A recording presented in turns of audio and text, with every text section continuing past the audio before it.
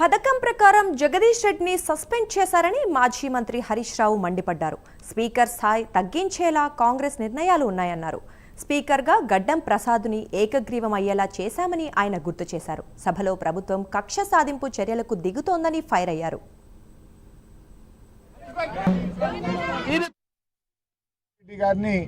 మొత్తం సెషన్ కు సస్పెండ్ చేశారు.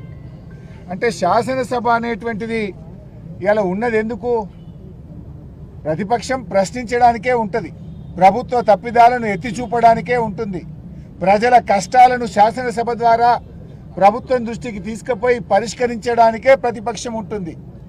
ఇలా జగదీష్ రెడ్డి గారు ప్రశ్నిస్తుంటే తట్టుకోలేక ఉద్దేశపూర్వకంగా ఒక పథకం ప్రకారంగా జగదీష్ రెడ్డి గారిని సస్పెండ్ చేశారు. మాట్లాడితే దళిత స్పీకర్ అని చెప్పి ఇవాళ ఒక రకంగా ఆయన స్థాయిని, ఆయన గౌరవాన్ని తగ్గించే విధంగా కాంగ్రెస్ పార్టీ ప్రయత్నం చేసింది. గౌరవనీయులు కేసీఆర్ గారు ఆ రోజు ప్రసాద్ గారి పేరును ప్రభుత్వం ప్రతిపాదించగానే ఏకగ్రీవంగా ఎన్నుకోవడానికి సహకరించింది కేసీఆర్ గారు, బీఆర్ఎస్ పార్టీ.